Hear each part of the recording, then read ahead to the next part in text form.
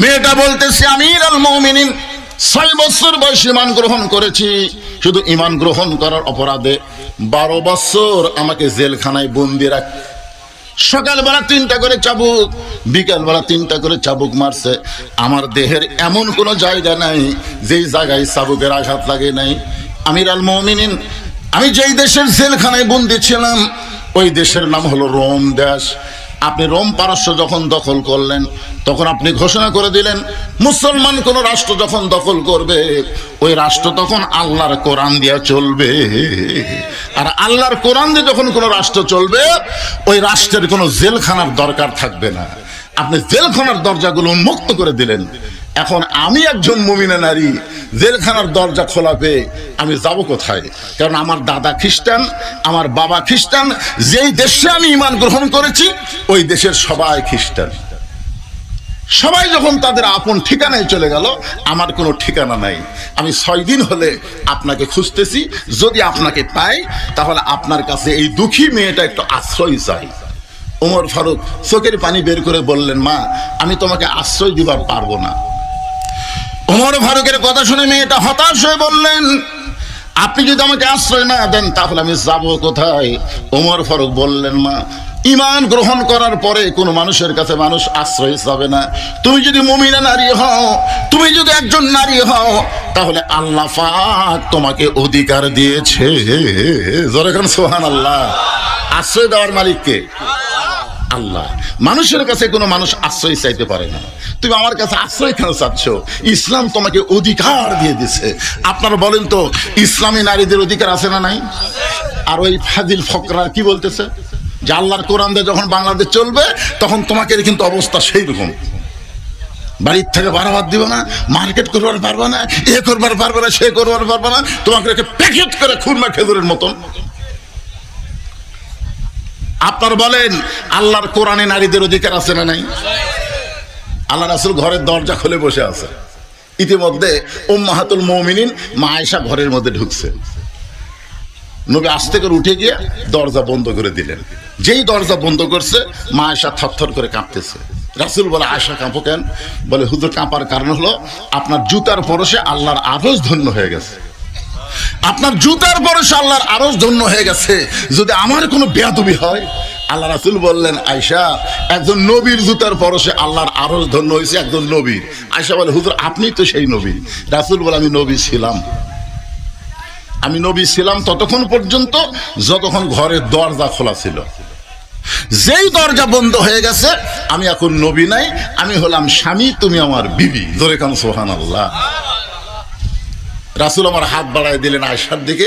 মা আয়েশা দৌড়ে এসে নবীর বুকের মধ্যে মাথা ঢুকায় বললেন, আল্লাহ আমার নবী শুধু বিশ্ব নবী নয়, আমার নবী হলেন পৃথিবীর 1 নম্বর স্বামী। জোরে কান সুবহানাল্লাহ। নবী বাম হাত দিয়ে আয়েশাকে বুকের মধ্যে নিয়ে ডান হাতে চাপে দিয়ে একটা চাপ দিলেন, একটা চাপ। মাঝে মধ্যে বউকে বুকের মধ্যে নিয়ে আপনার একটু চাপ দিবেন। এই চাপ দেওয়া হলো নবীর সুন্নাত। সুবহানাল্লাহ কন্যা কেন? আমি কি বলছি, অপরের বউ না নিজের বউ? নিজের বউ। অন্যকে চাপ ঠিকই মারতেছে। আল্লাহ রাসূল ডান হাতে যখন আয়েশাকে বুকের মধ্যে নিয়ে একটা চাপ দিলেন, এমন সময় আল্লাহ জিবরাইলকে বলেন, জিবরাইল তাড়াতাড়ি আল্লাহর কোরআন নিয়ে নবীর কাছে যাও। নবী ঘরের মধ্যে যে আমল করতেছে এই আমলে আমার আরশ খুশি হয়ে গেছে। যেরকম সুবহানাল্লাহ। জিবরাইল চমকে উঠছে, কে রে?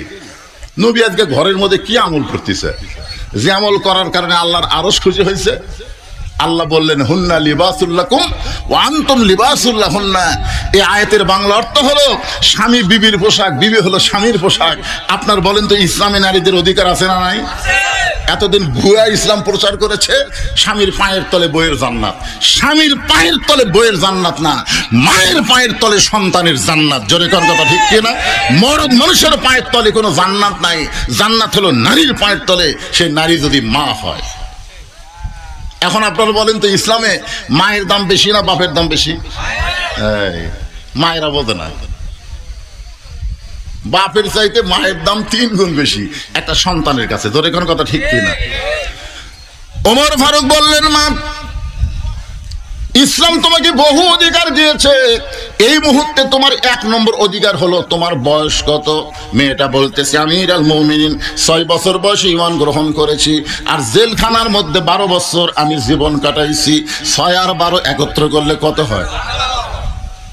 ওমর ফারুক বললেন, মা, এই 18 বছরের একজন যৌবনা নারীর জন্য ইসলামের 1 নম্বর অধিকার হলো ভালো একটা ছেলের সঙ্গে বিয়ে বসা। ভালো একটা ছেলের সঙ্গে কি বসা? ভালো ভালো, এটা খেয়াল করবেন। সুন্দর হতে পারে শাকিব খান, কিন্তু ভালো না। শাকিব খান ভালো না, বিয়ার আগেই বাচ্চা পেটক দেয়। সরে কোন কথা ঠিক? বাংলাদেশের সুদর্শন নায়কের নাম কি রে ছেলেরা? নাম কি? শাকিব খান, কিন্তু বিয়ের আগেই পেটক বাচ্চা দেয়। এই অপু সরকার কন আর বুবলি কন আর যাই কন, ওরা বাচ্চা নিয়ে হাজির। বিয়ে হলো কবে, কবে বাচ্চা ফেরত আসলো, কে বিয়ে পড়ালো, এগুলা কোনো খবর নাই, বাচ্চা নিয়ে হাজির। তার মানে বোঝা গেল সুন্দর হলেই ভালো হয় না। কথা বলেন ঠিক কিনা? এখানে বলতেছে ওমর ফারুক একটা ভালো ছেলের সঙ্গে বিয়া বসার অধিকার আছে। ভালো ছেলের 1 নম্বর গুণ কি? যে বিবাহে ডিমান্ড নিবে না, মহারণা নগদ দিবে। বিবাহে কি নিবে না? ডিমান্ড নিবে না। আপনার ডিমান্ড মনে হয় বোঝেন না। মহারণা নগদ। মহারণা দেওয়া হলো ফরজ, আর ডিমান্ড নেওয়া হলো হারাম। জোরে কোন মহারণা দেওয়া কি? এ কথা জোরে কর না কেন? আপনার কি বাকি থিয়া বিয়ে করছেন নাকি? আপনার কেউ বাকি থিয়া বিয়ে করছেন? প্রত্যেকটা দোকানে লেখা আছে আজ নগদ কাল মাখি। তার মানে বাকির নামই ফাঁকি। জোরে কোন বাকির নামই? যারা মহারণা বাকি থিয়া বিয়ে করছেন, শোধ করছেন, এখন এরই উপর যদি ওয়াজ হয় তাহলে অধিকাংশ বাচ্চাই তো হালাল দাদা নয়। জোরে কোন কথা ঠিক কিনা? আপনাকে খেপাচ্ছি না, আমি রাগ করাচ্ছি না, একটু মনোযোগ দিয়ে শুনবেন। ওমর ফারুক বললেন, মা, এই মুহূর্তে তোমার কোনো অভিভাবক নাই, তুমি বড় একা হয়ে গেছো, আমার কাছে ভুল করে আশ্রয় চাইছো। আমি তোমাকে একটা ভালো ছেলের খবর দিব, কারণ তুমি তো আর ভালো ছেলে খুঁজতে পারবা না, কারণ তোমার অভিভাবক নাই। আমি বরং তোমার অভিভাবক হইয়া একটা ভালো ছেলের খবর দিচ্ছি, দেখো তো ছেলেটা তোমার পছন্দ হয় কিনা। মেয়েটা বলতেছি আমিরুল মুমিনিন, সে ভালো ছেলের খবর কি? ওমর ফারুক বললেন 30 পারা কোরআনের হাফেজ। আর সুবহানাল্লাহ বাড়ায়, এমবিবিএস ডাক্তার, ইঞ্জিনিয়ার, ব্যারিস্টার। ওরে কি মনে করতেছেন? আপনার আশেপাশের মাদ্রাসার কোনো বাচ্চা যখন রাস্তাতে হেঁটে যায়, আপনি জানেন ওর পায়ের তলে ফেরেশতারা নূরের পাখা বিছিয়ে দেয়। সুবহানাল্লাহ কন্যা। একটা হাফেজের দিকে তাকান, একটা আলিমের দিকে তাকান, আল্লাহ সগীরা গুনাহ মাফ করে দিবে। একটা ব্যারিস্টারের দিকে তাকান, একটা ডাক্তারের দিকে তাকান, একটা গুনাহ মাফ হওয়ার কোনো রেকর্ড নাই ইসলামে। আর ঠিক কয় না। ওমর ফারুক বললেন ছেলের 1 নম্বর যোগ্যতা হলো 30 পারা কোরআনের হাফেজ। 2 নম্বর যোগ্যতা হলো 6 লক্ষ হাদিসের হাফেজ। 30 পারা কোরআনের হাফেজ, শিক্ষাগত যোগ্যতাকে শোনেন, 6 লক্ষ হাদিসের হাফেজ। ছেলেটার বয়স হলো মাত্র 22 বছর। ছেলেটার বয়স হলো মাত্র 22 বছর। লম্বায় হলো 6 ফুট 2 ইঞ্চি, গায়ের রং ফর্সা, সাদের মতন চেহারা। নামটা হলো আব্দুল্লাহ ইবনে ওমর। কার ছেলের খবর দিচ্ছে? ছেলেটার নাম হলো আব্দুল্লাহ ইবনে ওমর। আমার ছেলেটার সঙ্গে তোমাকে বিয়ে দিয়া, তোমাকে আমার বাড়ির বৌমা বানায়া, আমার বাড়িতেই তোমাকে অধিকার দিবার চাই। জোরে কোন সুবহানাল্লাহ। তোমাকে আমার কি বানায়া? জোরে কোন কি? খেতলাল আক্কেলপুর আর আমার কাহালুতে একই। আমাদের এলাকায় বেটার বউকে বৌমা কয়। তা আমি 3-4 বার বৌমা করলাম, সবাই আপনারা বৌমা বলতেছেন, কিন্তু আমার বাম পাশে একটা সভাপতি ছিল, ওই আর কথা কয় না। আমি সভাপতিকে বললাম, সভাপতি সাহেব, সবাই বৌমা বলতেছে, বেটার বউ বৌমা হয়, আপনার কি বেটা নেই? হুজুর 2টা আছে। বিয়ে কি এখনো করানি? করাছি হুজুর। তো বৌমা খন না কেন? হুজুর আপনার ওয়াজ অনুযায়ী তো বউ পাইনি। আমার 2 বেটার বউ বৌমা হয়নি, এরা 2 জন আছে বউ দাজ্জাল। আজকে প্রায় বাড়িতে বৌমা পাওয়া যাচ্ছে না, বউ দাজ্জাল পাওয়া যাচ্ছে। জোরে কোন কথা ঠিক কিনা? কথা কন না এখন ভাইজান। বউ দাজ্জাল। আগে বেটা ভালোই ছিল, কিন্তু বিয়ে করার পর থেকে বেটা ভিন্ন হওয়ার চায়। একদিন বাপ মা বলতেছে, কে রে তোর তোর কেউ নাই, আমরাই তোর বাপ মা, আমাদের ছেড়ে তুই ভিন্ন হওয়ার চাস কেন? বউ সবসময় কান গরম করে দেয়। তোমাদের তোমাদের সঙ্গে থাকতে পারবো না, আমি ভিন্ন হয়ে গেলাম। আপনারা বলেন তুই কার বুদ্ধিতে ভিন্ন হচ্ছে? বউয়ের বুদ্ধিতে। আপনারা বলেন যে বউ বাপ মা থেকে তার স্বামীকে ভিন্ন নিয়ে করে নিয়ে যায়, ওটা কি বউ মা হয় না বউ দাজ্জাল হয়? আপনাকে ঘরে ঘরে কোনটা বাসেন? দাজ্জাল বাসেন না মা বাসেন? দরকার হলে বউ দাজ্জাল বাদ দিয়ে বেটাকে আর একটা বিয়ে করান, কিন্তু দাজ্জাল যে বাড়িতে থাকবে এই বাড়িতে কোনো রহমত বরকত থাকবে না। জোরে কোন কথা ঠিক না? ওমর ফারুক বললেন, মা আমার আব্দুল্লাহর সঙ্গে তোমার বিয়াটা দিয়া তোমার বাড়িতে আমার বৌমা বানায়া আমার বাড়িতেই তোমাকে অধিকার দিবার চাই। মেয়েটা মুস্কি মুস্কি হাসতেছে বোরকার ভিতরে। ওমর ফারুক বলেন, মা আমার আব্দুল্লাহর সঙ্গে তোমার বিয়ে হবে, তুমি কিছুই বলতেছো না। মেয়েটা বলতেছে, আমিরুল মুমিনিন আপনি বলেন তো একটা ভালো ছেলের সঙ্গে বিয়ে বসার অধিকার আমার আছে? ওমর ফারুক বললেন, আমার দুই চোখে আব্দুল্লাহর চাইতে ভালো কোনো ছেলে আমার চোখে পড়ে না। মেয়েটা বলতেছে, তাহলে আমি একটা ছেলের নাম বলবো, দেখেন তো এই ছেলেটা আপনার চোখে কেমন লাগে। ওমর ফারুক চুপ করছে, কে তাই 6 বছর বয়সে জেলত বন্দি হলো, 12 বছর জেলখানা থাকলো, আর সেই মেয়েটা ভালো ছেলের খবর দিবে। ওমর ফারুক বললেন, মা তাহলে বলো তোমার কাছে ভালো ছেলের খবর কি? মেয়েটা বলতেছে, বাবার নাম হলো হযরত আলী, মায়ের নাম হলো খাতুনে জান্নাত ফাতেমা, নানার নাম হলো বিশ্বনবী মুহাম্মদ রাসূলুল্লাহ, তার নাতি হলো হোসাইন। এখন বলেন আপনার আব্দুল্লাহ ভালো না হোসাইন ভালো? যেই বলতেছে এখন আপনি বলেন আপনার আব্দুল্লাহ ভালো না হোসাইন ভালো? উমর ফারুক বললেন, মা সাইদুস শাবাবে আহলিল জান্নাহ হাসান হোসেন রাদিয়াল্লাহু তাআলা আনহুমা কাল রাসূলুল্লাহ, আল্লাহর নবী বলেছেন জান্নাতি যুবকদের সর্দার হবে 2 জন, একটা হাসান আর একটা হোসাইন। তাহলে যারা যুবক, এই যুবক যারা কোরআনের মাহফিল করতেছো, তোমরা কি হাসান হোসেনের জীবনে জানো? অথচ এই হাসান হোসেন হবে জান্নাতি যুবকদের সর্দার। তোমরা যদি জান্নাতে যাবার চাও, হাসান হোসেন সম্পর্কে জানার দরকার আছে না নাই? দরকার আছে না নাই? খালি কোরআনের মাহফিল করতেছো, কি জন্য হাসান কি জন্য হোসাইন? আল্লাহ কেন বললেন লিয়াবলুয়াকুম আইয়ুকুম আহসানু আমালা? কেন বললেন? সঙ্গে ওমর ফারুক বললেন, মা তুমি যে হোসেনের কথা বলতেছো, আমার আব্দুল্লাহর চাইতে 1000 গুণ ভালো। মেয়েটা বলতেছে, তাহলে আপনার আব্দুল্লাহর চাইতে 1000 গুণ ভালো যদি হোসাইন হয়, সেই হোসাইন থাকতে আমি অন্য কোন আব্দুল্লাহর সঙ্গে বিয়া বসবো না। আপনি যখন বলেছেন ভালোর সঙ্গে বিয়ে বসার অধিকার আছে, তো ভালো থাকতে এটা কেন? ওমর ফারুক মেয়েটাকে নিরাপদ আশ্রয় দিলেন। পরন্ত বিকাল বেলা হযরত আলীর দরজায় গিয়ে সালাম দিলেন, আসসালামু আলাইকুম ইয়া আহলাল বাইত। কোন বাড়ির দরজা দিয়ে সালাম দেওয়া কার সুন্নত? জোরে বলেন, কার সুন্নত? এটা কি ভোটের আগে না ভোটের পরে?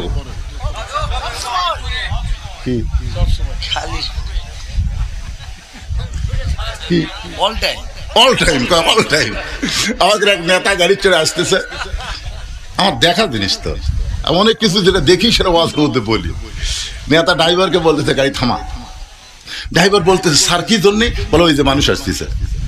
ড্রাইভার বলতেছে, না স্যার ওরা তো ফকির। ভোটের আগে পাগলা ফকিরও স্যার হামুতে। গাড়ি যেই ব্রেক করছে, নেতা গাড়ির থেকে নামা সালাম দিচ্ছে, আসসালামু আলাইকুম। ফকির খেলে চারিদিকে তাকায়। নেতা বলতেছে, কি দেখেন? বলে আমি দেখতেছি কাক সালাম দিলেন। আপনাকে দিলাম, ভিক্ষা করে খাই। ভোটের আগে ফকিরও তো হামুতাই। এখন এমন কতগুলো নেতা দেখা যাবে খালি সালাম খালি সালাম। ধরে কর কথা ঠিক না? এই সালাম শুধু ভোটের আগে দিলে হবে না, সব সময়। এমনকি বাড়ির দরজার যদি কোনো মানুষ নাও থাকে, তাও সালাম দেওয়া নবীর সুন্নাত। এমনকি কবরে কোনো জীবিত মানুষ নাই, তারপরেও কবরের ধার দিয়ে যাওয়া হলো সালাম দেওয়া নবীর সুন্নাত। জোরে কর সুবহানাল্লাহ। আসসালামু আলাইকুম ইয়া আহলাল কুবুর। এই কবরবাসী যারা, তাদের উপর আল্লাহ রহমত বর্ষিত হোক। জোরে কর সুবহানাল্লাহ। তাহলে জীবিত মানুষকেও সালাম দেওয়া যাবে। যদি দরজায় কোনো মানুষ না থাকে, তারপরেও বাড়িকে লক্ষ্য করে সালাম দেওয়া যাবে। কোনো মানুষ যদি জীবিত না থাকে, কবরস্থানেও সালাম দেওয়া যাবে। হযরত ওমর আলীর দরজায় গিয়ে সালাম দিয়ে বললেন, আম্মা সাইলা ফালা তানহার। হযরত আলী চমকে গেলেন, কারণ সালাম শুনি বুঝতে পারছে এটা উমর ফারুকের সালাম, কিন্তু এরপরে যে আয়াতটা পড়লো বুঝতে পারছেন, আম্মা সাইলা ফালা তানহার। হযরত আলী দরজা খুলে বলতেছে, আমির আল মুমিনিন, আল্লাহ রহমত আপনার উপর বর্ষিত হোক, কবে থেকে ভিক্ষা শুরু করলেন? আপনি ফকিরের আয়াত কেন তেলাওয়াত করলেন? ওমর ফারুক বলে, আলী, আজকে আমার জীবনের সবচাইতে বড় বিপদ। তো বড় বিপদ হলে ইন্না লিল্লাহ পড়া লাগবে, তোরে কোন কথা ঠিক কিনা? ইন্না লিল্লাহি ওয়া ইন্না ইলাইহি রাজিউন। আপনি ফকিরের আয়াত কেন বললেন? ওমর বলতেছে, আলী, জীবনে কোনোদিন ঘটকালি করে নাই, আজকে প্রথম ঘটক হয়ে তোমার দরজায় তোমার হোসেনের ব্যাপারে আমি ওমর একটু ঘটকালি করবার চাই। আলী বললেন, আলহামদুলিল্লাহ, আপনার মতন মহান ব্যক্তি যদি ঘটক হয় তাহলে পাত্রী অবশ্যই ভালো হবে। আপনার বলেন তো, ঘটক যদি ভালো হয় পাত্রী খারাপ হবে? এ বাবা মুরব্বী, কি হয়েছে বাবা? হ্যাঁ, এইরকম বয়সের লোক ধরে নিয়ে যাও বাবা, ধরে নিয়ে যাও, অসুবিধা নাই তো, বয়স বেশি। আপনারা বলেন তো, সব বয়সে ওয়াজ শোনা লাগবে? এই ধরে কারণ সব বয়সীকে ওয়াজ শোনা লাগবে? ওনাকে আল্লাহ পেনশন দিয়ে দিছে, আল্লাহ দিয়ে দিছে। সরকারি চাকরি যারা করে বুড়া বয়সে তাদের চাকরি করা লাগে না, বসে থেকে বেতন দেয়। ধরে কারণ কথা ঠিক কি না? সরকারি চাকরি বোঝেন আপনারা? বোঝেন, কিন্তু সরকারি বয়স বোঝেন না। আমি যুবকদের মাহফিল, যুবকদেরকে লক্ষ্য করে বলতেছি, একটু মনোযোগ দিয়ে শোনেন। হযরত আলী বলতেছেন, আপনার মতন মহান ব্যক্তি যদি হোসেনের ঘটক হয় তাহলে পাত্রী অবশ্যই ভালো হবে। ওমর ফারুক বললেন, 1 নম্বর গুণ হলো 6 বছর বয়সে ঈমান গ্রহণ করছে। পাত্রীর 2 নম্বর গুণ হলো 12 বছর ঈমানের পরীক্ষা দিয়েছে। সকালবেলা 3টা করে চাবুক, বিকালবেলা 3টা করে চাবুক মারছে, এরপরেও মেয়েটা ঈমান হারা হয় নাই। ওমর ফারুক বললেন, পাত্রীর 3 নম্বর গুণ হলো, আমার হাদিসের হাফেজ, কোরআনের হাফেজ আব্দুল্লাহর সঙ্গে বিয়ে দিবার চাইলাম, কিন্তু মেয়েটা আমার আব্দুল্লাহকে এলাও করে নাই। আলী, তোমার হোসেনকে বড় পছন্দ করে, এখন বলো এমন মেয়েটা কি তোমার বেটার বউ করা যায়? আলী বলতেছে, আমির আল মুমিনিন, আমি মনে মনে মনে মনে এমন একটা মেয়ে খুঁজতেছিলাম।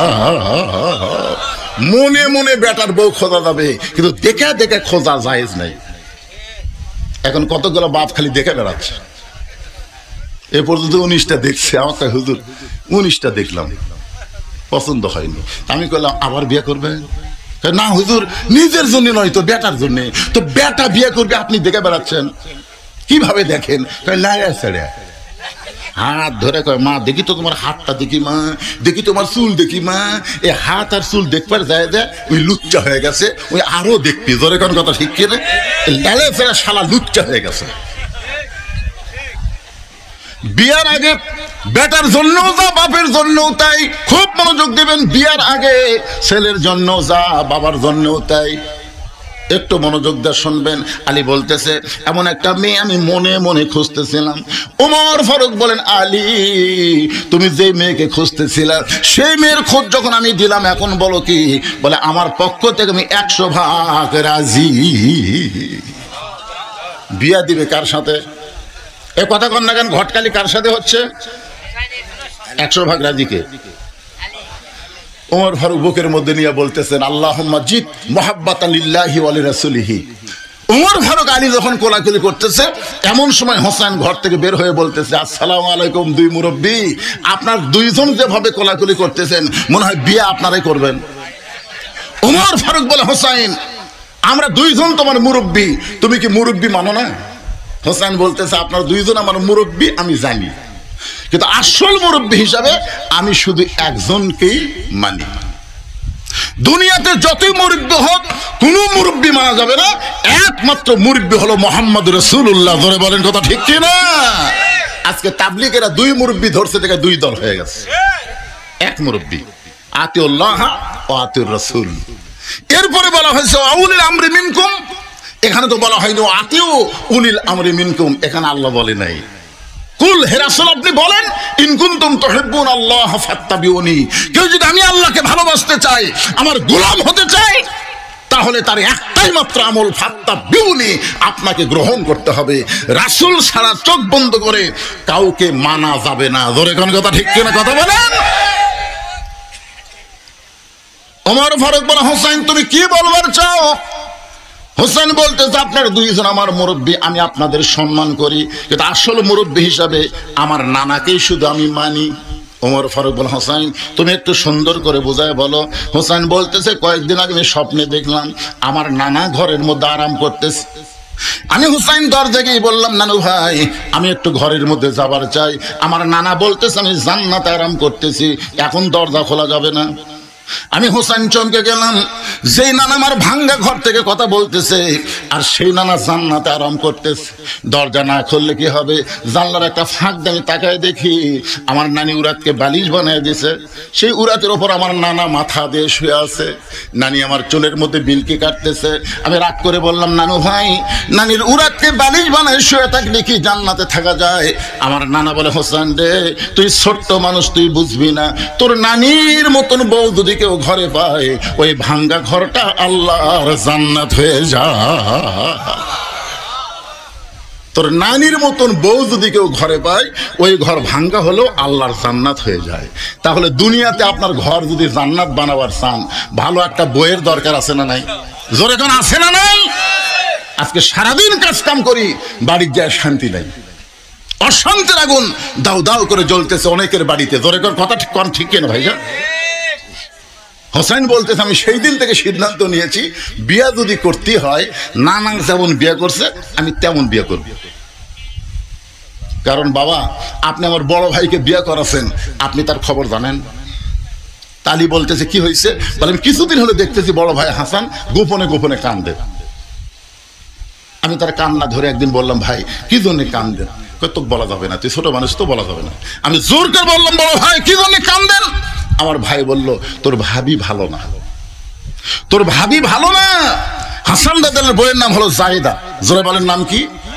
বিয়ে করার পর থেকে হাসান দাদাকে অত্যাচার করতেছে, যার কারণে গোপনে গোপনে কাঁদতেছে। আজকে যারা ঘরের মধ্যে খারাপ বউ আছে, তাদের গোপনে গোপনে কান্না আছে না নাই? জোরে কান আছে না নাই? আমার ভাই যেমন ঠকছে বিয়ে করে, আমি আমার ভাইয়ের মতন ঠকতে চাই না। আমার নানা যেমন জিতেছে, আমি নানার মতন বউ চাই। ধরে এখন সুবহানাল্লাহ। দৌড়ে গিয়া বাবার হাত ধরে বলতেছেন, বাবা আপনি সত্যি করে বলেন তো আমার মা আপনার কেমন বউ ছিল? আপনি যেমন আমার মাকে বউ করে শান্তি পাইছেন দুনিয়ায়, আমার নানা যেমন বিয়ে করে শান্তি পাইছে দুনিয়ায়, আমি হোসাইন তেমন একটা মেয়েকে বিয়ে করতে চাই। ওমর ফারুক বলে, হোসাইন আমি যে মেয়েটার ঘটকালি করতেছি বাবা, ওই মেয়েটাকে তুমি বিয়ে করো। তোমার নানির মতন তোমার নানা যেমন বউ পাইছে, তোমার বাবা তোমার মাকে যেমন বউ পাইছে, তেমন একটা বউ পাইবা। হোসেন বলতেছে, আপনার কথা মতো আমি বিয়ে করতে পারবো না। ওমর ফারুক বললেন, তাহলে কি বলতে চাও? হোসেন বলতেছে, আমি মনে মনে সিদ্ধান্ত নিয়েছি আমি এমন একটা মেয়েকে বিয়ে করব যে মেয়েটা আমার 3টা প্রশ্নের উত্তর দিবার পারবে। জোরে কান সুবহানাল্লাহ। ওমর ফারুক বলে, আলী হোসেন যে 3টা প্রশ্ন করবে, এই প্রশ্ন সম্পর্কে তোমার জানা আছে? আলী বলতেছে, আমি জীবনের প্রথম শুনলাম। ওমর ফারুক বলে, আমিও তো প্রশ্ন জানি না, যেই প্রশ্ন আমিও জানি না তুমিও শোনো নাই, সেই প্রশ্নের উত্তর মেয়েটা কেমনে দিবে? আমার ঘটকালে আল্লাহ কবুল করে নাই। ওমর ফারুক কানতে কানতে মেয়েটা যেই ঘরের দরজায় গিয়ে বলতেছে, মা আমার আব্দুল্লাহকে বিয়ে কর, তোর জীবন শান্তিময় হয়ে যাবে। মেয়েটা বলতেছে, আমার কোনো আপত্তি নাই, কিন্তু আপনাকে একটা বার বলতে হবে আব্দুল্লাহ হোসেনের চাইতে ভালো। শুধু একটা বার যদি বলেন আব্দুল্লাহ হোসেনের চাইতে ভালো, তাহলে আমার কোনো আপত্তি নাই। ওমর ফারুক বলে, আমি কেমনে বলবো মা? কারণ হোসাইন আব্দুল্লাহর চাইতে 1000 গুণ ভালো, তাহলে হোসেন ভালো থাকতে খারাপ আব্দুল্লাহকে আমি বিয়ে করতে পারবো না। ওমর ফারুক বললেন, মা হোসেন সেই মেয়েটাই বিয়ে করবে যে 3টা প্রশ্নের উত্তর দিবার পারবে। এখন তুমি বলো, তুমি কি 3টার উত্তর দিবার পারবা? যেই প্রশ্ন আমি ওমর কোনোদিন শুনি নাই, যেই প্রশ্ন তার বাবা কোনোদিন জানে না, তাহলে তুমি কেমনে উত্তর দিবা? মেয়েটা বলতেছে, আমির আল মুমিনিন হোসেন কি 3টা প্রশ্ন করবে আমি জানি না, তবে আমার ঈমান বলতেছে আমি না পারলেও আমার আল্লাহ পারাবে। বর্তমানে গোটা বাংলাদেশ ওয়াজ করে, যেইটুকু বুঝতে পারতেছি আমার ঈমান বলতেছে আগামীতে আল্লাহর কোরআন বাংলাদেশের সংসদে দেখা যাবে। ঈমান ঈমান ঈমান। আপনাদের ঈমানের খবর কি? মাশাআল্লাহ, বোঝা গেল এখানে ঈমান ভালো আছে, কারণ এখনো পুরাপুরি বুঝে বলি নাই, তাতে তাকবীর শুরু হয়ে গেছে। লিল্লাহি তাকবীর। কি বুঝতেছেন? সেই জেলায় আগামীকাল আরেক জেলায়। আমি গতকাল ওয়াজ করছি নওগাঁ জেলার শেষ প্রান্তে রাজশাহী শুরু, তার আগে দিন ওয়াজ করছি দিনাজপুরের নবাবগঞ্জ। এক এক দিন এক এক রাতে এক এক জেলায় ওয়াজ করতেছি, প্রতিটা জায়গায় গিয়ে দেখতেছি মনে হয় ঈমানের একটা ভাব চলে এসেছে। আর এই বাংলাদেশ থাকবে না, আগামীতে আল্লাহর কোরআনের বাংলাদেশ হয়ে যাবে। জোরে গান কথা ঠিক কিনা? মেয়েটা বলতেছে আমিরুল মুমিনিন হোসেন কি তিনটা প্রশ্ন করবে আমি জানি না, তবে আমার ঈমান বলতেছে আমি না পারলেও আমার আল্লাহ পারাবে। হাসিনা যেইভাবে আমাদেরকে কবজা করেছিল, অনেক মুরব্বীকে আমি জিজ্ঞাসা করছিলাম খবর কি, বলে আমার জীবনে হাসিনার পতন দেখতে পাবো না, এমনভাবে দুর্বল হয়ে গেছিল ঈমান। কিন্তু আবু সাইদ যখন রংপুরে প্রথম জীবন দিল, তখন থেকেই বাংলা মানুষের ঈমানের পাওয়ার বেড়ে গেল। ধরে কোন কথা ঠিক না? মানুষ মরলে ঈমান বাড়ে, এইটা বাংলাদেশের আবু সাইদ শুরু করে দিয়েছে। এটা যদি ভিডিও না থাকতো তাহলে কিন্তু ঈমান বাড়তো না। ভিডিও না, দুই হাত বাড়ায় বলতেছে মারো, তখন পুলিশ মনে করছে এক একটা গুলি করলে উই দৌড় মারবি, গুলি করছে উই আরো এক ধাপ সামনে আছে, মানে আবার গুলি করছে, আর এক ধাপ সামনে আসে, গুলি খায়, ও মারে বাবারে, কোনো শব্দ নেই। তৃতীয় গুলি যেই করছে তখন একজন বন্ধু এসে দৌড়ে এসে ধরছে, ও তখন টলে পড়ছে। বাংলাদেশের মুসলমানকে দেখাই দিল দরকার হলে জীবন দিব, কিন্তু বাতিলের সঙ্গে কোনো আপোষ করা চলবে না। ধরে কোন কথা ঠিক কিনা? হ্যাঁ, ঈমানের দাবি যদি কুরবানি হয়, সেই দাবি ঘরে বসে থাকা নয়। ঈমানের দাবি হলো কিছু বিনিময়, সেই বিনিময় যদি কলিজার ঘাম হয়, সেই ঘাম দিতে যেন তৈরি থাকি। ওগো দয়াময় আমার আল্লাহ দয়াময়। কোন দিকে তাকে থাকেন? এটা ঈমান। বক্তা ওয়াজ করতেছে, কোন দিকে তাকে আছেন? ঈমানের দাবি হলো অগ্নি শিখা, বাতিলের বিরুদ্ধে জ্বলতে শিখা, সে আগুনে জ্বলে জ্বলে দিব ঈমানের পরিচয়। ঈমানের দাবি ঘরে বসে থাকা নয়। মেয়েটা বলতেছে আমিরুল মুমিনিন হোসেন কি তিনটা প্রশ্ন করবে আমি জানি না, কিন্তু আমার ভিতরের ঈমান বলতেছে আমি না পারলে ওকে পারাবে। ওয়ালা রব্বিহিম ইয়াতাওয়াক্কালুন, আল্লাহর প্রতি ভরসা করছে। এখন বলেন তো, আল্লাহর প্রতি কেউ যদি ভরসা করে, আল্লাহ তার সাথে আছে না নাই? আল্লাহ কোরআনে বলেছেন অহুয়া মাকুম আইনামা কুনতুম, বান্দা তুমি নিজকে অসহায় মনে করো না, আমার প্রতি ভরসা করলে আমি আল্লাহ তোমার সঙ্গে থাকবো। ধরে এখন সুবহানাল্লাহ। একটু আরেক জায়গায় আল্লাহ বলেছেন ইন্নাল্লাহা মাআস সাবিরিন, ধৈর্যশীলদের সঙ্গে কে আছে? তা আপনারা যখন কোরআনের ওয়াজ শুনতেছেন, আপনাদের মনের মধ্যে শয়তান ওয়াসওয়াসা দিচ্ছে, কিন্তু আমরা তো কোরআন সংসদে চাই না, এ হুজুর তো যে হারে ওয়াজ করতেছে আমাদের বিরুদ্ধে ওয়াজ করতেছে না। আপনি ধৈর্য নিয়ে শোনেন, তারপরে বুঝবেন মুসলমান হয়ে আমরা মরতে চাই, আল্লাহর কোরআনের বিকল্প কোনো রাস্তা নাই। জোরে কোন কথা ঠিক কিনা? আপনারা কি মরছেন? জোরে কোন মরছেন? কিন্তু মরাটা তো মুসলমান হিসেবে মরা লাগবে ভাইজান। এই জন্য একটু ধৈর্য নিয়ে মনোযোগ দিয়ে শোনেন। ওমর ফারুক এক দৌড়ে আইছে হযরত আলীর বাড়িতে। কিছুক্ষণ আগে যে লোকটা কানতে কানতে চলে গেছে, সেই লোকটা আবার ফিরে আইছে। আরে জিজ্ঞাসা করতেছে এখনই আপনি গেলেন মন খারাপ করে, এখনই ফিরে আসলেন কেন? বলে তারিখ করার জন্য। হোসেন বলতেছে কিসের তারিখ? কিসের তারিখ? বলে বিয়ের তারিখ না, বিয়ের তারিখ না। তুমি মনে করো না তুমি যেভাবে খেদায় দিছো, আমি উমরের এত সাহস নাই যে তোমার বিয়ার তারিখ করবার আইছি। তাহলে কি জন্য তারিখ করবার আইছেন? বলে তুমি যে তিনটা প্রশ্ন করবা, সেই প্রশ্নের উত্তর দেওয়ার তারিখ। আলী বলতেছে যেই প্রশ্ন আমিও জানি না, আপনিও জীবনে শোনেন নাই, আর সেই প্রশ্নের উত্তর দিবার পারবে? উমর ফারুক বলতেছে আলী, মেয়েটা এমন কথা বলেছে যে কথা শুনে আমারও ঈমান বেড়ে গেছে। ধরে খান সুবহানাল্লাহ। আমার মায়েরা যারা পর্দার অন্তরে আছেন, একটু মনোযোগ দিয়ে শুনবেন। নির্দিষ্ট তারিখ মোতাবেক হযরত উমর বসেছেন ডান পাশে, আর হযরত আলী বসেছেন বাম পাশে, আর হোসেন বসেছে মিডল পয়েন্টে। এটা হলো বসার কথা বললাম। আমার চেয়ারম্যান সাহেব যেমন বসেছে, আমার ভাই যেমন বসে আছে, দুইজন দুই ধারে আছে না নাই? যেরকম আছে না নাই? এখানে আরো অনেক অতিথি ছিল, তারা কিন্তু নাই। তারা সুযোগ বুঝে পলান দিছে। তোর এখন কথা ঠিক কিনা? চেয়ারম্যান সাহেব প্রধান অতিথি ইচ্ছা করলেও তিনি এখান থেকে যাবার পারতেন, কিন্তু তিনি আমারে কইছেন হুজুর একটু ধরে ওয়াজ করা লাগবে। তার মানে বোঝা গেল তিনি ধৈর্য নিয়ে বসে গেছেন। তোর এখন সুবহানাল্লাহ। ধৈর্যের সঙ্গে কে আছে? আল্লাহ কোরআনে বলেছেন ইন্নাল্লাহা মা'আস সাবিরিন, ধৈর্যশীলদের সঙ্গে আল্লাহ নিজেই থাকি। একটু ধৈর্য নিবেন। ডান পাশে হযরত উমর বসে গেছেন, বাম পাশে হযরত আলী, আর মাঝখানে হোসেন বসে। সামনে একটা চাদর দেওয়া হয়েছে, চাদরের ওই পারে ওই 18 বছরের যৌবন নারী বসে গেছে। এখন আপনাদেরকে আমি প্রশ্ন করি, সামনে চাদর দেওয়ার কারণ কি? সবাই জোরে বলেন কারণ কি? অথচ আমার বাংলাদেশের একজন গায়িকা এক সময় সংসদে সেই রকম তোড়জোড় ছিল, এদের নাম বলার আগেই ভাই বলে দিচ্ছে, আমাদের আলেমদেরকে কানা কইছে সংসদের মধ্যে গানে, ওরে মাওলানা চোখ দুইটা করলা কানা, মনের পর্দা বড় পর্দা তোমরা খুঁজা পাইলা না। আমাদের বলতেছে আলেমরা, তোমাদের চোখ দুইটা কানা, মনের পর্দা বড় পর্দা তোমরা খুঁজা পাইলা না। তেতুল হুজুর বুঝলো না। আহমদ শফি রহমতুল্লাহ আলাইকে এই 2 টাকার গায়িকা মমতাজ তেতুল হুজুর বানাচ্ছে। ধরে এখন কি হুজুর?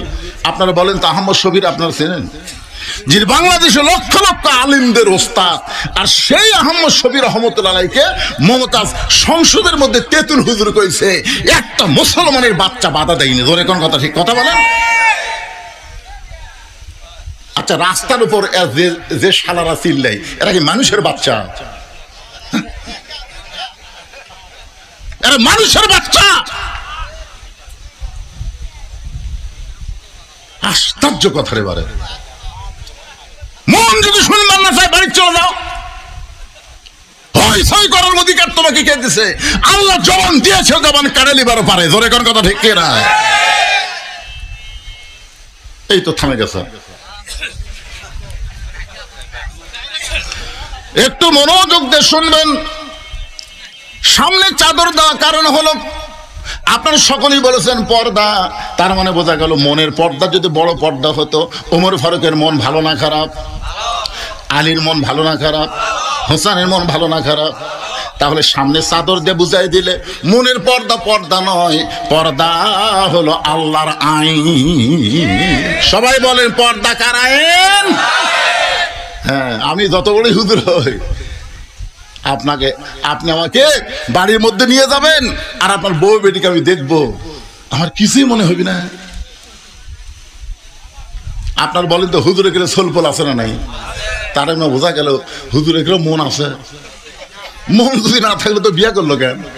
হ্যাঁ, আল্লাহর বান্দার একটু মনোযোগ দেবেন। সামনে চাদর দিয়ে বুঝাই দিলেন পর্দা হলো আল্লাহর আইন।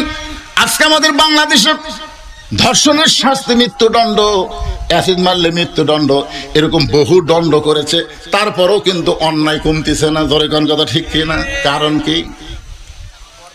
ঘরের মধ্যে শুটকি মাছ রাখছে, শুটকি মাছ ঘরের মধ্যে রাখছে, শুটকির একটা গন্ধ কেউ আগে না পাইলেও বিলাই পায়। বিড়াল এখন চিন্তা করে শুটকির গন্ধ আসে কোথা থেকে। আস্তে আস্তে বিড়াল যায়, দেখে ঘরের দরজা খোলা। ঘরের দরজা খোলা পায়, ঘরের মধ্যে ঢুকে দেখে খাটের তলে পাতিলের মধ্যে শুটকি মাছ, কিন্তু ঢাকনা নেই। আপনার বলেন তো, বিড়াল 20 মিনিট টাইম পাবি? ওই সমানে খালি শুটকি খাচ্ছে, খসর খসর শব্দ শুনে ঘররা চিন্তা করে কেরে ঘরের মধ্যে কি বিড়াল কাম সারতেছে। 2000 টাকার কেজি শুটকি বিড়াল খাস, খপ করে ধরে বলতে, এই বিড়াল, পুনরায় যদি শুটকি খাস তোকে 20টা ব্যাত মারবো। একটা ব্যাত মারলি বিড়াল মরে যাবি। তা কড়া আইন দিতে 20 ব্যাত। ধরে এখন কয় ব্যাত? 20টা বেতের আইন দিয়ে বিড়ালকে ছেড়ে দিছে, কিন্তু দরজা জানলা আগের মতোই খোলা রাখছে। আপনার বলেন তো এই 20টা বেতের কথা শুনে বিড়াল কি সুটকি খাওয়া বন্ধ করবে? তুমি যতই আইন করো, বিড়ালের হাত থেকে সুটকি বাঁচাবার গেলে ওই 20টা বেতের মিথ্যা আইন না করে দরজা জানলা বন্ধ করার আইন করো। ধরে কোন কথা ঠিক কিনা? আজকে ধর্ষণের আইন করেছো, অ্যাসিডের আইন করেছো, কিন্তু পর্দার আইন করো নাই। আজকে পর্দার আইন করো, বাংলাদেশে কোনো নারী ধর্ষণ হবে না। ধরে কোন কথা ঠিক কিনা? একটু মনোযোগ দিয়ে শুনবেন। ওমর ফারুক বলে, হোসাইন এখন তুমি প্রশ্ন শুরু করে দাও। তুমি যে 3টা প্রশ্ন করবে, এখন থেকে প্রশ্ন শুরু করে দাও। এবার হোসাইন দাঁড়িয়ে বললেন, রে মেয়ে, তুমি একা একা বসে আছো, তাই বলে মনে করো না তুমি একলা হয়ে গেছো। আমি হোসাইন বড় একা। মনোযোগ দিয়ে শুনবেন। তুমি একা একা বসে আছো, তাই বলে মনে করো না তুমি একা, বড় আমি হোসাইন বড় একা হয়ে গেছি। ওমর ফারুক বলে, হোসাইন তোমার ডান পাশে আমি বসে আছি, বাম পাশে তোমার বাপ বসে আছে, এরপরে তুমি একা কেমনে হলা? সঙ্গে সঙ্গে হোসাইন বলে, এ মেয়ে, আমার 2 পাশে 2জন মহামানব দেহ নিয়ে বসে আছে, কিন্তু এই 2 মহামানব মনে মনে তোমার পক্ষ নিয়েছে। আপনার বলেন তো, হাসিনার সময় যে দিনের ভোট রাতে হলো, ড্যামি নির্বাচন হলো, নির্বাচন কমিশনার কি নিরপেক্ষ ছিল? এই কথা নিরপেক্ষ ছিল? সবাই বলতেছিল নিরপেক্ষ নির্বাচন কমিশনার, কিন্তু নির্বাচন কমিশনার মনে মনে একটা দলের পক্ষ নিয়েছিল। ধরে কোন কথা ঠিক কিনা? 18 সালে বিএনপি মাত্র 6টা আসন পেল। একসময় হাসিনা বলল, ভিক্ষা দিছি। 6টা আসন কি দিছি? ভিক্ষা দিছি। তার মানে বোঝা গেল নির্বাচন কমিশনের নিরপেক্ষ ছিল না, একটা দলের পক্ষ ছিল। ওমর ফারুক বলেন তো মনে মনে কার পক্ষে? জোরে বলা লাগবে, কার পক্ষে? হযরত আলী কার পক্ষে? কিন্তু বসে আছে ছেলের দিকে। এখানে বুঝাই দিল যে বিবাহের আগে মেয়েটার কাছে ওমরও যাইতে পারবে না, আলীও যাইতে পারবে না। হোসেনের কাছেও যেমন, আমাদের 2 জনের কাছেও তেমন। জোরে কোন সুবহানাল্লাহ। এবার ওমর ফারুক বলে, হোসাইন তাহলে কি এখন প্রশ্ন শুরু হবে? হোসেন বলেন, রে মেয়ে, আমার 1 নম্বর প্রশ্ন হলো, আমার মাকে তুমি জানো? হযরত আলী বাম পাশ থেকে চমকে উঠছে। ফের আমি ছেলের সঙ্গে আছি, আর ছেলে বাপের কথা না বলে মায়ের কথা কেন বলতেছে যে আমার মাকে তুমি জানো? খুব খেয়াল করবেন, এমন প্রশ্ন করেছে, উত্তর দেওয়া খুবই সহজ, খুবই সহজ। আমার মাকে তুমি জানো? আমি কোন মায়ের সন্তান? ফাতেমার সম্পর্কে আমাদের সবার জানা আছে না নাই? এজরেগান আছে না নাই? সেই কারণেই হোসেন বলতেছে, আমার মাকে তুমি জানো? আমি কোন মায়ের সন্তান? সঙ্গে সঙ্গে পর্দার ওপার থেকে মেয়েটা বলে, হোসাইন আমি আপনার মাকে চিনি। প্রশ্ন করেছে জানো, সঙ্গে সঙ্গে মেয়েটা বলতেছে আমি আপনার মাকে চিনি। এই উত্তর শুনে ওমর ফারুক জিহ্বাত কামড় দিয়েছে। হযরত আলীর চোখ দিয়ে দরদর করে পানি পড়তেছে। ওমর ফারুক জিহ্বাত কামড় দেওয়ার কারণ হলো প্রথম প্রশ্নে আউট হয়ে গেল। 3টার উত্তর দিবি, একটাতেই তো আউট। প্রশ্ন করলো আমার মাকে জানো, আর উত্তর দিল আমি চিনি। আলীর চোখ দিয়ে পানি পড়ার কারণ হলো আমি হোসেনের মাকে ঠিক মতো চিনবার পারিনি, আমি নিজেই পারিনি। এত বছর সংসার করার পরেও আমি হোসেনের মাকে পুরোপুরি চিনতে পারিনি। চোখ দিয়ে দর দর করে পানি পড়তেছে, আর মেয়েটা বলতেছে হোসেন আমি আপনার মাকে চিনি। কিন্তু 3 বিচারক কেউ কোনো কথা বলতেছে না। একসময় মেয়েটা বলে, হোসেন আপনি প্রশ্ন করলেন, আমি উত্তর দিলাম, উত্তর হলো কি হলো না, 3 বিচারকের 1 বিচারকও কিছুই বলেন না। ওমর ফারুক বলতেছে কেমনে হবে? তোমাকে প্রশ্ন করলো কি আর তুমি উত্তর দিলে কি? হোসেন আর ফাতেমা সম্পর্কে দুনিয়ার সমস্ত মানুষ জানতে পারে, কিন্তু চিনতে পারে এই খবর কেউ বলতে পারবে না। বেপর্দা নারী যারা, সমাজের সবাই চিনবে তারা। জোরে কোন কথা ঠিক কিনা? আপনার গ্রামত কার বউ কেমন সুন্দর, এটা আপনার বলে পারবেন তো? পারবেন না। 4-5 জন এক জায়গায় বসে সব বাহাস লাগছে, কে রে আমাকে পাড়ার মধ্যে সবচেয়ে সুন্দরী বউ কার রে? তখন বলতেছে উমুকের। না না না, তুই ঠিক মতো দেখিসনি, ওই পাড়া ওর বউ সবচেয়ে সুন্দর। তাহলে তোমরা তো অপরের বউ সুন্দরের কথা বলতেছে কেমনে? এর বউ সুন্দর সবচেয়ে বেশি, এ কথা জানার পেছনে কারণ হলো ওই মেয়েটা বেপর্দা নারী যারা, সমাজের সবাই চিনবে তারা। ধরে কোন কথা ঠিক কিনা? আপনারা বলেন তাহলে কেমনে বলতেছে আমি চিনি? আলীর চোখটা দর দর করে পানি পড়তেছে। এমন সময় মেয়েটা বলে, হোসাইন, আপনার মায়ের চোখের ভুরু জোড়া ছিল, আপনার মায়ের বাম গালে কালো একটা তিন ছিল, এই থুতুনির তলে লাল একটা দাগ ছিল। সঙ্গে সঙ্গে আলী বলতেছে, মা যা বলছিস মা, আর বলিস না, কারণ তিনজনের মধ্যে একজন পরপুরুষ আছে। আপনার বলেন তো, এই তিন পুরুষের মধ্যে ফাতেমার জন্য পরপুরুষকে জোরে বলেন। তাহলে চিন্তা করে দেখেন, তিনজনের মধ্যে একজন পরপুরুষ, যাকে হযরত আলী পরপুরুষ বলতেছে, সেই পরপুরুষ সম্পর্কে আল্লাহ নবী বলেছেন, আমার পরে কেউ যদি নবী হতো, লাউকানা ওমর, আল্লাহ ওমরকে নবী বানাই দিত।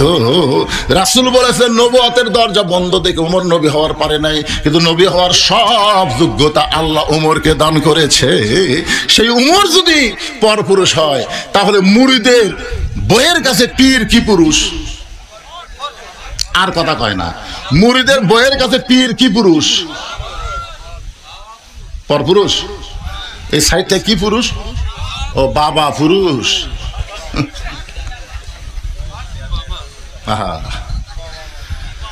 আমি এর আগেও আপনাদের বলেছি, হয়তো মনে নাই, তিনটা জিনিস খেয়াল করবেন। বড় ডাক্তারের বউ কোনোদিন সিজার লাগে না। বড় ডাক্তার যারা, তারা বউকে সিজার করে না। কারণ কি জানেন? সিজার করলে বাচ্চারও ক্ষতি, মায়েরও ক্ষতি। এই জন্য ডাক্তারের বউয়ের সিজার লাগে না।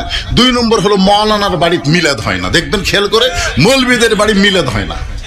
ওরা পরের বাড়িতে পড়ায়, কিন্তু নিজের বাড়িতে হয় না। আর 3 নম্বর হলো, পীরের বউ কোনোদিন মুরিদ হয় না। খেয়াল করে দেখবেন, পীরের বউ জানে আমার পীর মাঝে মধ্যে মুরিদের বউয়ের দিকে চোখ মারে, এই লুচ্চার হাতে মুরিদ হবো না। ঠিক আছে, মাশাআল্লাহ। তাহলে 3টা মুখস্থ রাখবেন। 1 নম্বর হলো ডাক্তারের বউয়ের সিজার লাগে না, 2 নম্বর হলো মৌলবীর বাড়িতে মিলাদ লাগে না, আর 3 নম্বর হলো পীরের বউ মুরিদ হয় না। যেই পীরেরা নারীদেরকে মুরিদ দেয়, বুঝবেন এরা ভণ্ড। ধরে কোন এরা কি? এরাই ভণ্ড। হ্যাঁ, আল্লাহর বান্দার একটু খেয়াল করবেন। আলী বলতেছেন, মা চোখের ভুরু জোড়া, এটা আমি বলতে পারি, কারণ হোসেনের মা আমার বউ। এই কারণে প্রত্যেকটা স্বামী বলতে পারে তার বউয়ের ভুরু কেমন। জোরে কোন ঠিক কিনা? আমি বলতে পারবো। রাসূল বলেছেন, স্বামীরা যদি স্ত্রীর 2 চোখের মাঝখানে এই যে ভুরু দেখতেছেন, এই 2 চোখের মাঝখানে যদি একটা চুমা খায় ভুরুর উপরে, আল্লাহ তাআলা খুশি হয়ে তাদের আমল নামায় একটা নফল হজের সওয়াব দিয়া দেয়। এইদিকে তাকান, কোন জায়গা? এই 2 ভুরুর মাঝখানে এই চুমা দেওয়ার নফল হজের সওয়াবের কথা কইছি।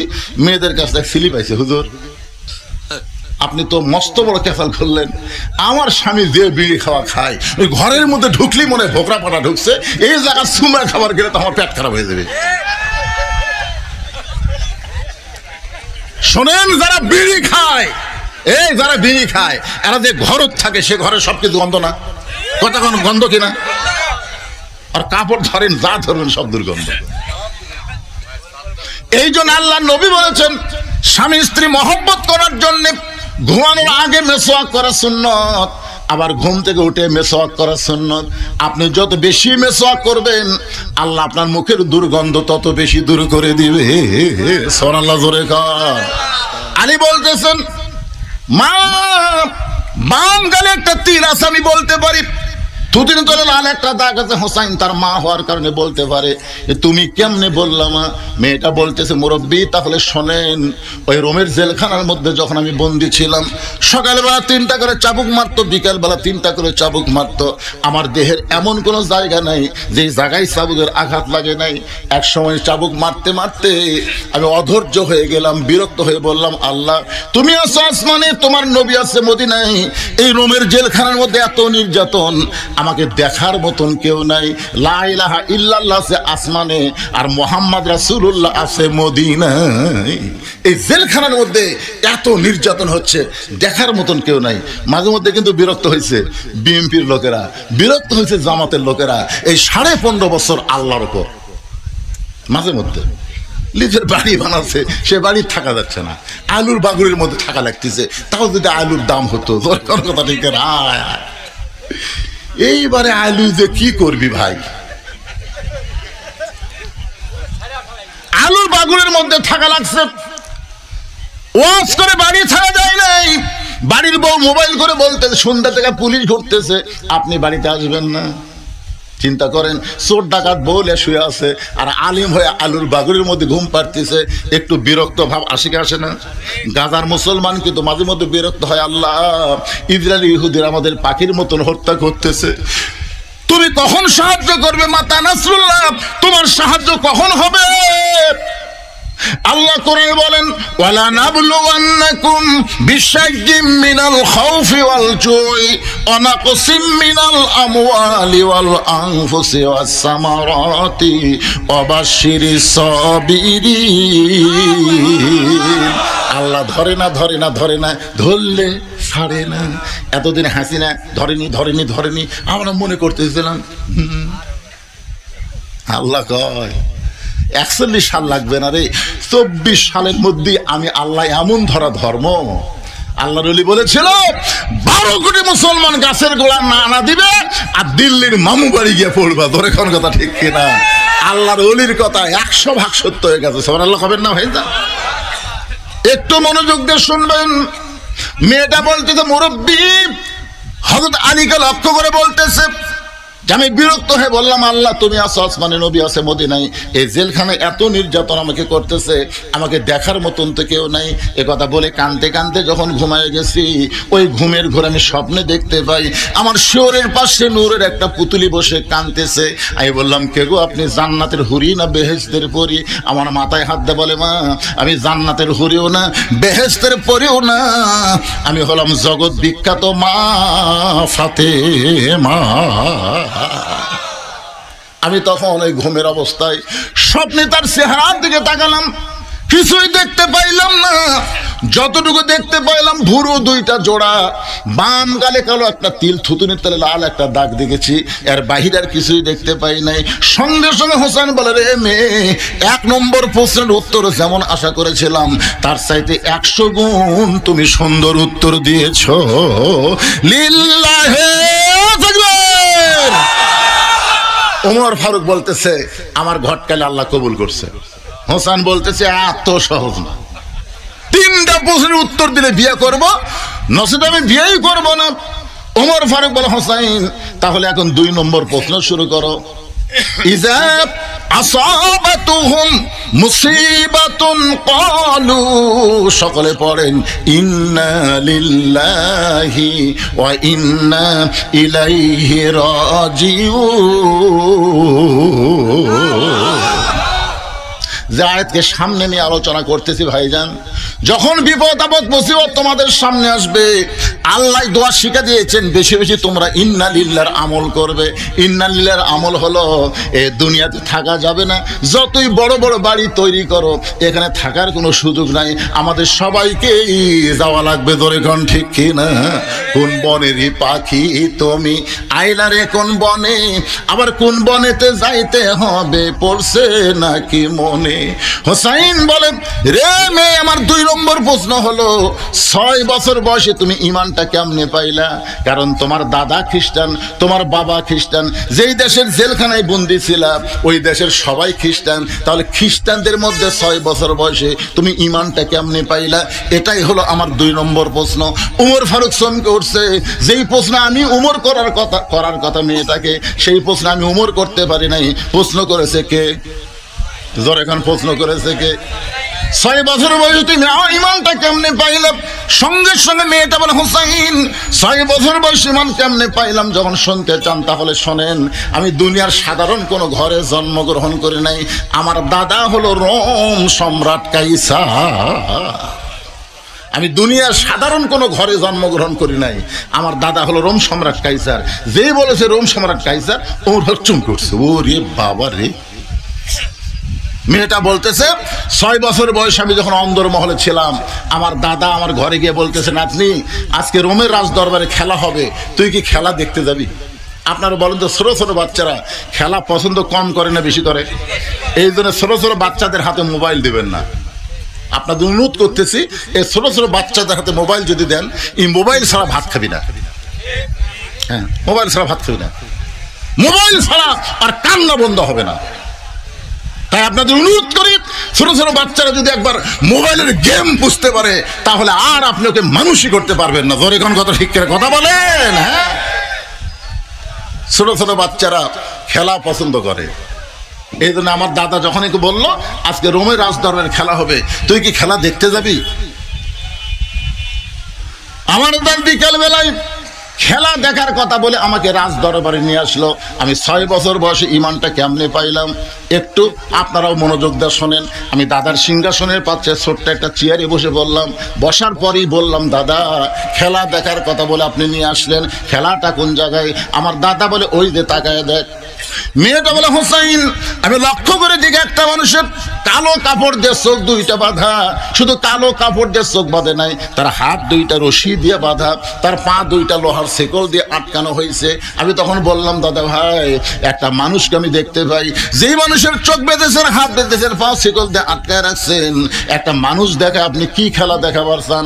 আমার দাদা মুসকি মুসকি হাসার বলে, নাতনি রে তুই ছোট্ট মানুষ, তুই বুঝিস না, ওটা মানুষ না রে, ওইটা মানুষ না। আমি বললাম, মানুষ যদি না হয় তাহলে ওইটা কি? আমার দাদা বলতেছে, ওইটা হইল মুসলমান। তার মানে কি বুঝতেছেন? এই ভারতের ইসকন হিন্দুদের কাছে বাংলার মুসলমান মুসলমান না, খ্রিস্টানদের কাছে মুসলমান মানুষ না, ইহুদিদের কাছে, ইসরায়েলের কাছে ফিলিস্তিন মুসলমানকে এরা মানুষ মনে করে না। জোরে কোন কথা ঠিক না? কিয়ামত পর্যন্ত ইহুদি খ্রিস্টান হিন্দুরা আমাদেরকে মানুষ মনে করবেন। বিধর্মীরা কোনোদিন মুসলমানকে মানুষ মনে করে না, মনে করে এরা আলাদা জাত। অথচ আল্লাহ কোরআনে বলেছেন, অমাইয়াবতাগি গয়রাল ইসলাম দীনান ফালা ইউকবালা মিনহু। আল্লাহু আকবার। আচ্ছা, এই যুব মাহফিলের কমিটি নাই?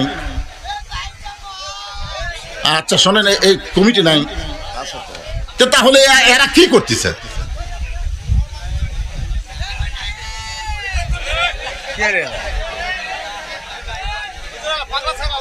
আরে পাগলা ছাগলা হলো তো আপনার ওদিক তাকাচ্ছেন, আপনি সামনে বসে ভালো শুনতেছেন, কিন্তু মাঝখান থেকে ওরা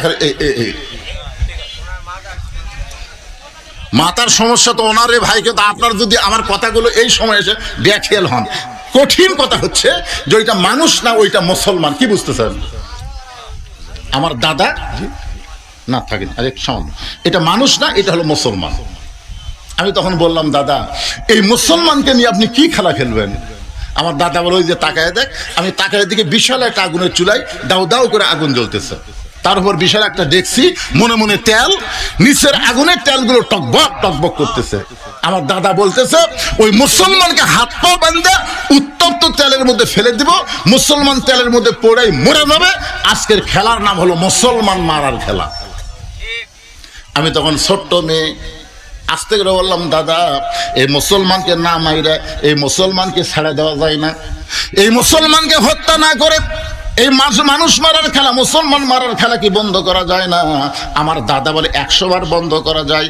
ওই মানুষটা যদি একটা বারের জন্য বলে আল্লাহ রাসূল মানি না, ওই মুসলমান খালি একটা বারের জন্য বলবে আল্লাহ রাসূল মানি না, তাহলে চোখের বাঁধন খুলে দিব, হাতের বাঁধন খুলে দিব, পায়ের শিকল খুলে দিব।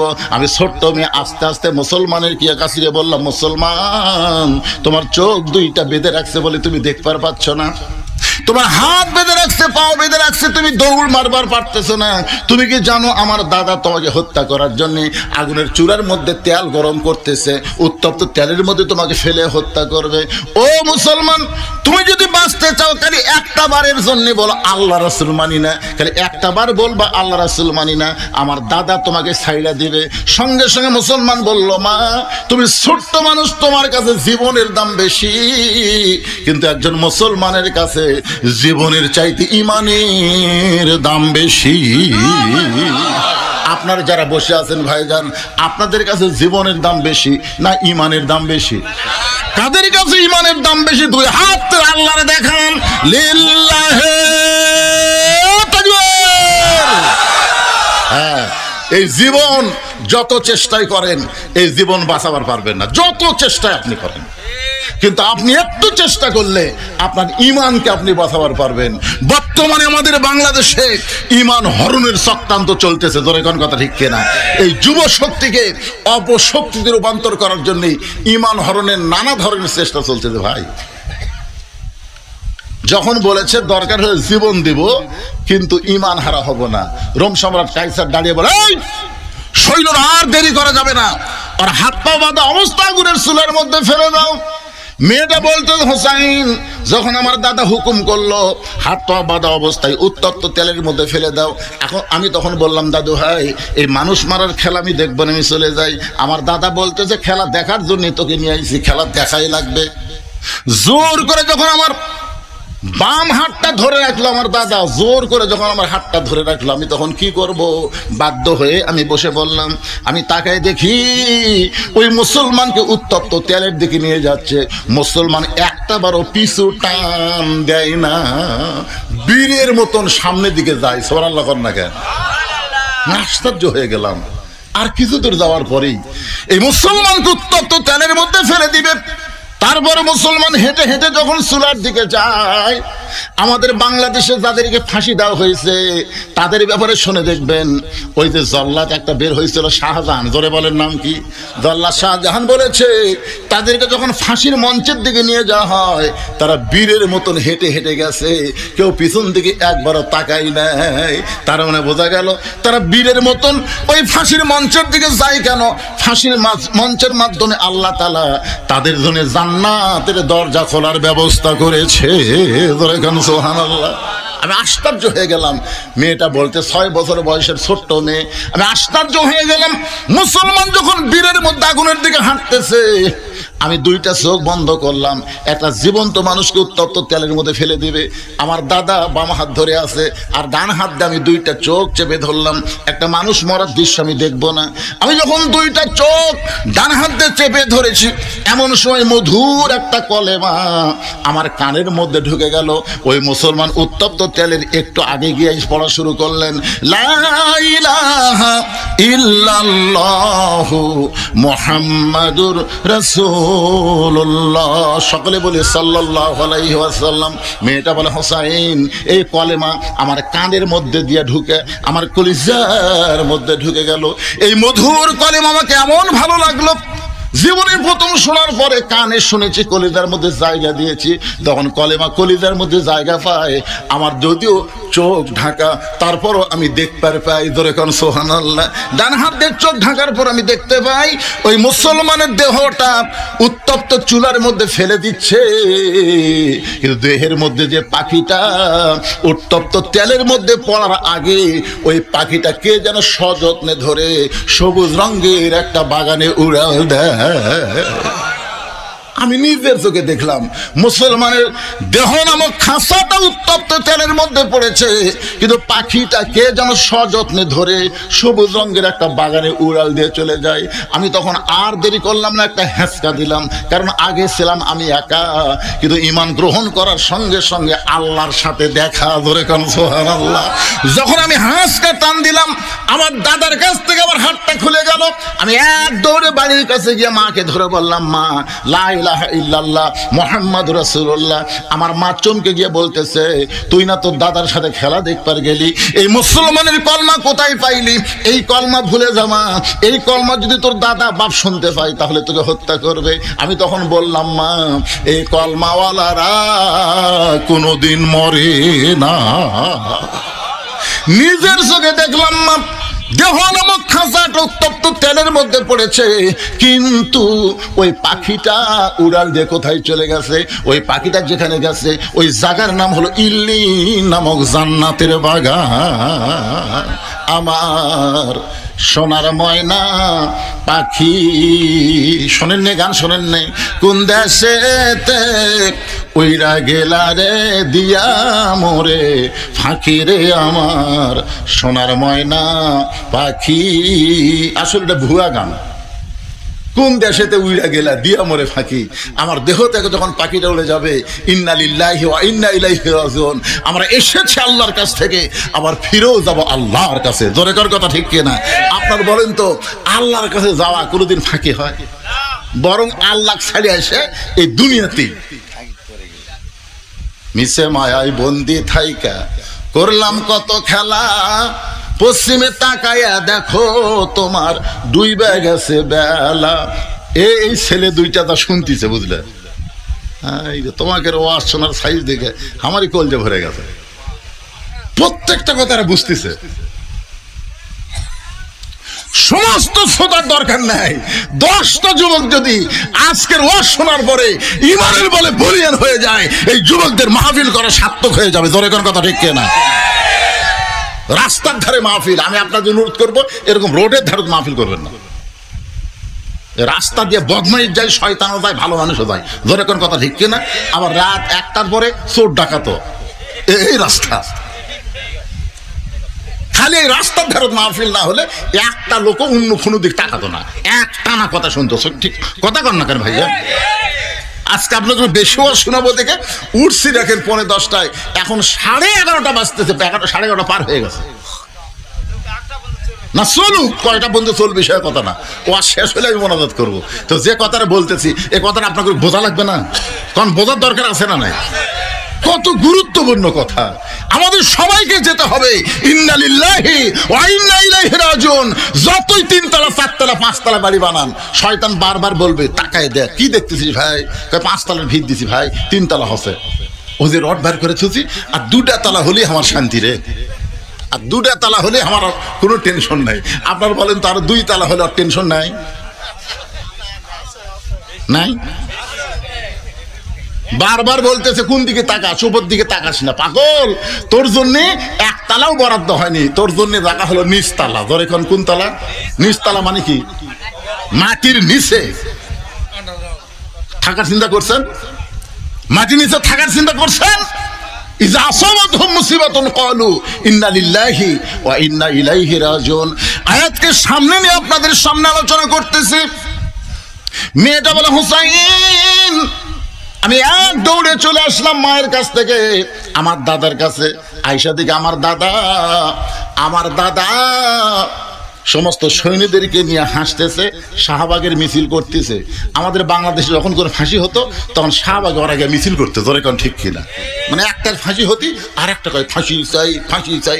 আল্লামা সাইদ হুজুরের জন্য ফাঁসির মিছিল করছে এই বাংলাদেশে যিনি 50 বছর কোরআনে হক তাফসীর করছে, তার ফাঁসির জন্য এই বাংলাদেশে যারাই মিছিল করেছে, আর যাই হোক এদের জন্ম ঠিক নাই। ধরে কোন কথা কন না কেন ভাইজান? ফাঁসি চাই, ফাঁসি চাই।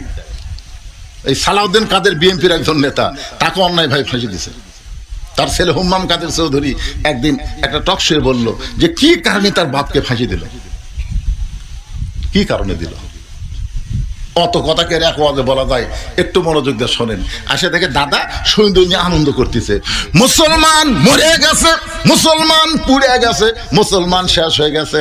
এমন সময় নাতি বলতেছে কানার ভাগ্যে ধন মিলে না, সামনে পড়ে আছে সোনা, কানা দেখতে পায় না, মাটি মনে করে ফাইলে দেয়, হাতে তুলে নেয় না, কানার ভাগ্যে ধন মিলে না।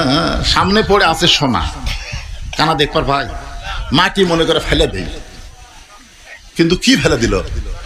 কানার ভাগ্যে ধন মিলে না। দাদা চিল্লায় বলে নাতনি রে তুই কি বলবার চাস? নাতনি বলতেছে দাদা তোমরা বলতেছো মুসলমান পুড়ে গেছে, আমি নিজের চোখে দেখেছি যে মুসলমানকে নিয়ে আনন্দ করতেছে, পুড়ে দেওয়ার কারণে এই মুসলমান এখন জান্নাতে ঘুরে বেড়া। তোমরা কানার জন্য ধন মিলবে না, এটা তোমরা বলতেছো মুসলমান পুড়ে গেছে। মুসলমান পুড়িছে, মুসলমানের খাঁচা পুড়তেছে। দেহ নামের খাঁচা কোনো দাম নাই, পাখি যদি না থাকে এ খাঁচার 1 পয়সা দাম নাই। জোরে কোন কথা ঠিক কিনা? খালি মরেই দেখেন, আপনার ভিতরে পাখি উড়ে যাক। যে বাড়ি আপনি করছেন ওই বাড়ির থেকে যত তাড়াতাড়ি বার করার ব্যবস্থা করবে। সবাই এসে বলে ভাই সকালে মরছে রে, এখন পর্যন্ত তোমরা ঘরতে থুতে বার করো। আপনারা বলেন তো যাই বলতেছে বের করো, ওই কি ওর আপনজন না? ওই কিন্তু সব শুনতেছে। যে মারা গেছে যতক্ষণ পর্যন্ত কবর দেওয়া না হবে, মায়ের সাথে হাদিসটা আছে সেমাল মাউতা, মৃত্যু ব্যক্তি সব শুনতে পায়, এমনকি সব দেখতেও পায়। এখন এত টাকা দিয়ে যে বাড়ি বানাচ্ছে সেই বাড়ির থেকে টেনে টেনে বার করতেছে, ওর অবস্থাটা কি হচ্ছে বুঝছেন? মেয়েটা বলে হুসাইন 6 বছর বয়সে আমার দাদার সাম্রাজ্যের ছোট্ট চেয়ারে বসে আমি দেখেছি একজন মুসলমানকে হত্যা করা। ওই দেখার পরে আমি ঈমান গ্রহণ করেছি এইভাবে। 6 বছর বয়সে ঈমান নামক মহামূল্যবান নিয়ামতটা আমি পেয়েছি। সঙ্গে সঙ্গে হোসেন বলে, রে মেয়ে, 2 নম্বর প্রশ্নের উত্তর যেমন আশা করেছিলাম তার চাইতে 1000 গুণ তুমি সুন্দর দিয়েছো। ওমর ফারুক বলতেছে, আমার ঘটকার আল্লাহ কবুল করছে। হোসেন বলে, এত সহজ না, 3টার উত্তর না দিলে আমি বিবাহ করিব না। ওমর ফারুক বলে, হোসেন এখন তাহলে তুমি 3 নম্বর প্রশ্ন করো। এবার হোসেন বলে, রে মেয়ে, যুবকেরা এটা একটু মনোযোগ দিয়ে শোনা লাগবে। 3 নম্বর প্রশ্ন হলো, বিবাহের পরে আমার সঙ্গী তোমার থাকতে হবে। কি মনে করতেছেন? এই যে আবু তোহা আদনান বিয়ে করছিল, এক বউ থুই আর একটা বিয়ে করেছিল ঢাকার যা, যার জন্য হারানো নাটক হলো। আবু তোহা আদনান ঘুম হয়ে গেল, আসলে ঘুম টুম কিছু না, ওই দ্বিতীয় বিয়ে। কি মনে করছিল? সেই বউ আবার ছেড়ে গেছে। তাহলে কথাটা খুবই গুরুত্বপূর্ণ। হোসেন বলতেছে, যিনি যুবকদের জান্নাতের যে সর্দার হবে সেই প্রশ্ন করতেছে যে বিবাহের পরে আমার সঙ্গী তোমার থাকা লাগবে। বিয়ার আগে না বিয়ার পরে? আজকে আমাদের যুবকেরা কোনটা ভালোবাসে, বিয়ার আগেরটা না পরেরটা? বিয়ার আগেরটা বলতেছে, তুমি আমার জীবন, তুমি যদি চাও আমি পাহাড়ে উঠবো, তুমি যদি চাও আমি সাগর ডেঙ্গায় যাবো। যে শালা পুকুরত পড়ে পানি খায় ওই বলে সাগর ডেঙ্গাবি। তুমি জানো না গো, এক রাত তোমাকে দেখিনি, মনে হয় 1 বছর দেখিনি। মেয়েটা মনে করে এলাকার প্রেমিক পুরুষ দুনিয়াতে নাই। চিটিং, চিটার, এটা বুঝবি বিয়ার পর। ঠিক কিনা? আল্লাহর কি কাম, ওরই সাথে বিয়ে হচ্ছে। বাসর রাত্রে ওই বাসর করা বাদ দেয়া লাখ টাকা ঘুম পাড়তেছে। বউ কয়, কে গো আজকে বাসর রাত, ঘুমাও কেন? তুমি না কইছো 1 রাত না দেখলে 1 বছর দেখা হয় না, তুমি আমার জন্য পাহাড়ে উঠবে, তুমি সাগর ডেঙ্গে যাবে, আজকে ঘুম পাড়তেছে। কইলা সিটারি রে পাগলি, তো সিটারি না গেলে ঘর তুলতে হবে। বিবাহের আগে কোন মেয়ের সঙ্গে প্রেমের সম্পর্ক নেই একটা কথা বলাও কবিরা গুনাহ। কথা কন কি গুনাহ? জান্নাতি যুবকদের সর্দার দুনিয়ার সমস্ত যুবকদের বুঝায় গেল, বিবাহের আগে কোনো সম্পর্ক চলবে না, বিবাহের পরে আমার সঙ্গী তোমার থাকতে হবে। মেয়েটা ফোঁপায় ফোঁপায় কাঁদতেছে। ওমর ফারুক বলে, মা 2টা কঠিন প্রশ্ন করেছে আর সেই 2টার উত্তর তুমি দিলা, এই সহজ প্রশ্নের উত্তর না দিয়ে তুমি কেন কাঁদতেছো? তুমি বলো, হোসেন বিবাহের পর আমি তোমার সঙ্গী থাকবো, বিবাহের পর আমি তোমার সঙ্গী থাকবো। মেয়েটা বলতেছে, আমিরুল মুমিনিন এমন উত্তর দিলে আপনি বিশ্বাস করতে পারেন, কিন্তু হোসেন এমন উত্তর দিলে বিশ্বাস করবে না, বিয়ার পর আমি তার সঙ্গে থাকবো। এই কথাটা বলা যায়, কিন্তু এই কথাটা তাই সে বিশ্বাস করবে না। এবার বলে, মা তাহলে তুমি কি 3 নম্বর প্রশ্নের উত্তর দিবার পারবা না? মেয়েটা কিছুক্ষণ পরে বলে, আল্লাহ, মনে মনে আল্লাহর সঙ্গে যোগাযোগ করতেছে, আল্লাহ 2টার উত্তর দিয়ে দিলাম, এইটার উত্তর কি দেব? এমন সময় আল্লাহ পাক ইলহামের মাধ্যমে মেয়েটাকে জানাই দিল, রে মেয়ে তুমি উত্তরে বলো। একজন মস্ত বড় আল্লাহ নবী ছিল, সেই নবীর নাম হলো আইয়ুব নবী। জোরে বলেন, কি নবী? এমন সুস্থ ছিল, তখন তার অনেকগুলো বিবি ছিল, তার বাড়ি ছিল, ঘর ছিল, বাদশাহী ছিল, চাকর নৌকর অনেক কিছুই ছিল। কিন্তু আইয়ুব নবী যখন অসুস্থ হয়ে গেল, অসুস্থতার মাত্রা যখন বেড়ে গেল, একসময় আল্লাহ তার দেহের মধ্যে গোস্তর পচন ধরে দিল, তখন কিন্তু চাকর নৌকর কেউ তার সঙ্গে থাকলো না, এমনকি তার বউগুলোও তাকে ছেড়ে চলে গেল। আইয়ুব নবীর শরীরের দুর্গন্ধ হওয়ার কারণে লোকালয় থেকে তাকে জঙ্গলে ফেলে দেওয়া হলো। তখন জঙ্গলে যখন ফেলে দেওয়া হয়েছে, তখন একটা বিবি আইয়ুব নবীর সঙ্গ ত্যাগ করে নাই, সেই বিবিটার নাম হলো রহিমা। মেয়েটা বলে, হোসেন রহিমা যেমন আইয়ুব নবীর সুখের দিনেও ছিল, কষ্টের দিনেও ছিল, এমনকি সমস্ত মানুষ আইয়ুব নবীকে যখন ত্যাগ করেছে, রহিমা যখন ত্যাগ করে নাই। আমি রহিমার মতো বিবাহের পরে আপনার সঙ্গে থাকতে চাই। হোসেন বললেন, তোমাকে বিবাহ করাতে আমার কোনো আপত্তি নাই। আমার নানা যেমন নানি পাইয়া ভাঙ্গা ঘর জান্নাত হয়ে গেছে, আমার মা যেমন খাতুনে জান্নাত ফাতেমারে পাইয়া কষ্টের ঘরের সুখের শান্তির বাতি জ্বলাইছে, আমি হোসেন তেমন একটা মেয়ে পাইলাম, এই মেয়েটার সঙ্গে বিবাহ করতে আমার কোনো আপত্তি আজকের এই ঘটনার ভিতর দিয়ে আমি আপনাদের সামনে যে জিনিসটা তুলে ধরার চেষ্টা করি সেটা হলো, যত বড় বিপদ আপদ মুসিবত আসুক না কেন, মুসলমানের জন্য সবচেয়ে বড় বিপদ সামনে অপেক্ষা করতেছে। সেই বিপদটা হলো মৃত্যু। জোরে কোন কথা ঠিক কিনা? এই জন্য আল্লাহ বলেছেন লা তামুতুন্না, মৃত্যুবরণ করো না ইল্লা ওয়া আনতুম মুসলিমুন, মুসলমান না হওয়া পর্যন্ত। মুসলমান হয়ে যদি মরতে চাই তাহলে বছর অন্তর শুধু কোরআনের একটা মাহফিল করলে হবে না, আল্লাহর এই কোরআনে বাস্তবে গ্রহণ করা লাগবে। জোরে কোন ঠিক কিনা? আল্লাহ আমাদের সবাইকে এই কোরআন মোতাবেক নিজের জীবন পরিচালনা করার তৌফিক দান করুক। সকলে বলে আল্লাহুম্মা আমিন। আমার চেয়ারম্যান হয়ে যাওয়ার চাইছিল, আমি বলছি না একটু বসেন। কি জন্য বসালাম? অন্য কোনো জায়গাতে এরকম চাপ দেবো না। আজকে আপনি করেছেন লম্বা একটু ওয়াজ করা লাগবে। কি বিরক্ত হলেন? রাগ করলেন? মাশাআল্লাহ। কারণ আপনাদের ভোট দেওয়া প্রতিনিধি একটা কথা উনি বলেছেন, আমার খুব কথাটা কলিজাতে আঘাত পাইছে, যে আমি 4.5 বছর কি ছিলাম, মিনি আয়না ঘরে ছিলাম, মিনি আয়না ঘরে। সে কথাটা আপনারা বুঝতে পারছেন?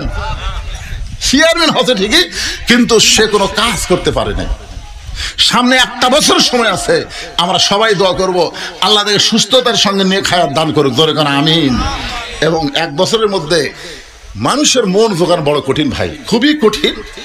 তার মধ্যে চেয়ারম্যান হচ্ছে সবচাইতে, এরা তৃণমূল পর্যায়ে নেতা, একটা সাধারণ মেয়ে মানুষ বলতে, ও চেয়ারম্যান সাহেব আমার বৃদ্ধা ভাতার কি হলো দেখছেন? চেয়ারম্যান কিন্তু যাই তাই ধরে। ধরে কার কথা ঠিক কিনা?